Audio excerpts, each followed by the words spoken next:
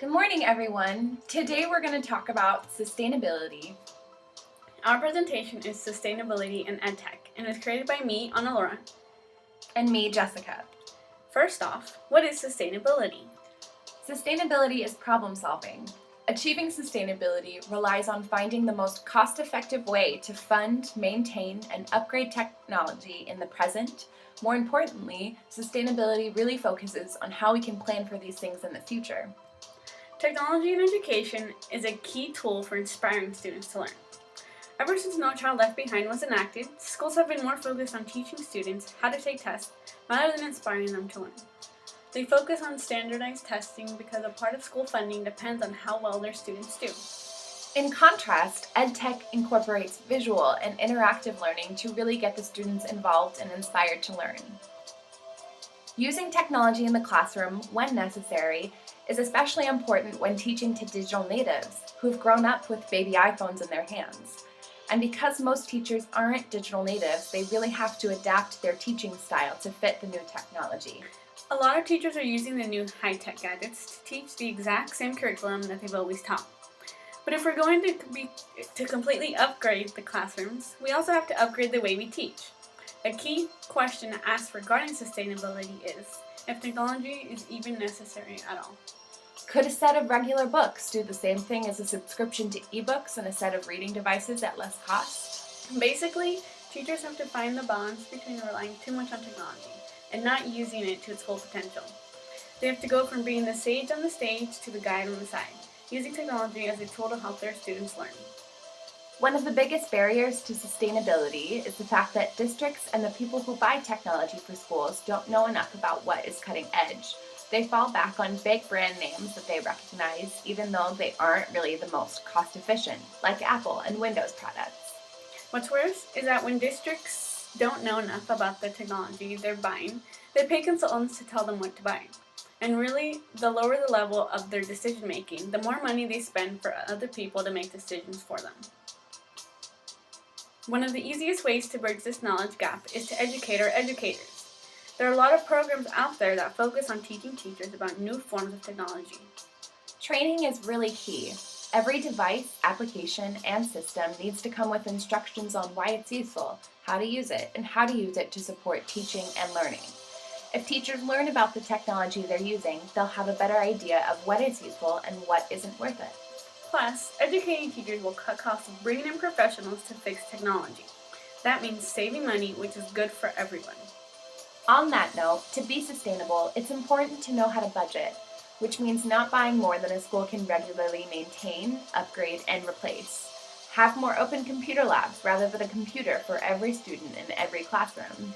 There is even a school in Arizona that spent $500,000 to replace ceilings and projectors, instead of spending $100,000 to replace their aging bulbs, which were getting dimmer. Overpaying is fiscally irresponsible. So is paying for technology that is just obsolete, like these things, or these. Budgets need to focus on technologies that have a long lifespan, not prop up the old ones that are dying. Speaking of things that are dying, educators really need to stop relying on expensive software. There's so many free advanced replacements to things like Microsoft Works or Apple Works software. There's OpenOffice, Ubuntu, AV Word, and Google Docs. And the good thing about Google Docs is that it's in the cloud. People should head to the cloud more often. Tools like Google Apps for Education allow students to work on any project from any computer in the cloud. One district of about 7,500 students saves an estimated $200,000 a year in hardware, software, storage, printing, and support costs by utilizing cloud storage sites. Schools honestly just spend a ridiculous amount of money on technology for education. In 2010, schools spent about $1.89 billion for computer software. That's not even including hardware, which was estimated to be about 5 times as much.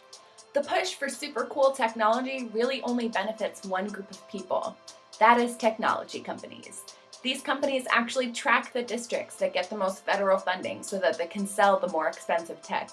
It's like if a salesperson in the store could literally see how much money you have in your wallet and know just how much they can get you to spend. That's taking advantage of the buyer. Schools continuously spend their money irresponsibly on technology. They are spending billions on technology even though they're still cutting budgets and laying off teachers because the budget that districts get for technology can't be spent on anything else. What's worse is that they are spending all this money on tech when there really isn't any hardcore proof that it's improving basic learning. There have been minor advances, but it's not a breakthrough yet. I think one of the most important issues with sustainability is that it's hard to fight the inequality in the education system. Teachers haven't received raises since 2008, and districts with low-income students receive less funding per pupil than wealthier districts.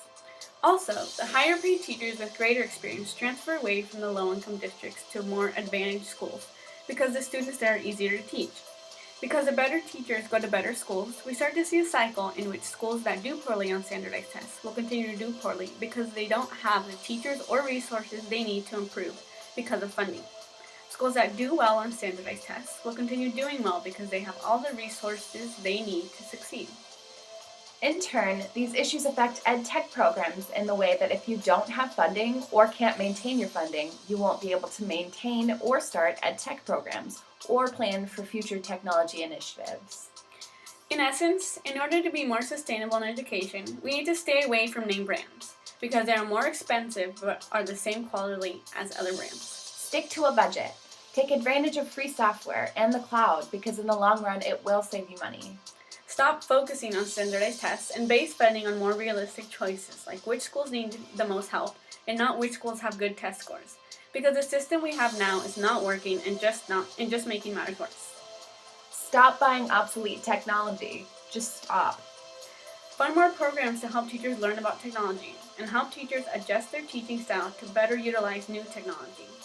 Sustainability with EdTech is a problem we have to solve, and using this knowledge, we can start finding the most cost-effective way to fund, maintain, and upgrade our technology in the present and in the future.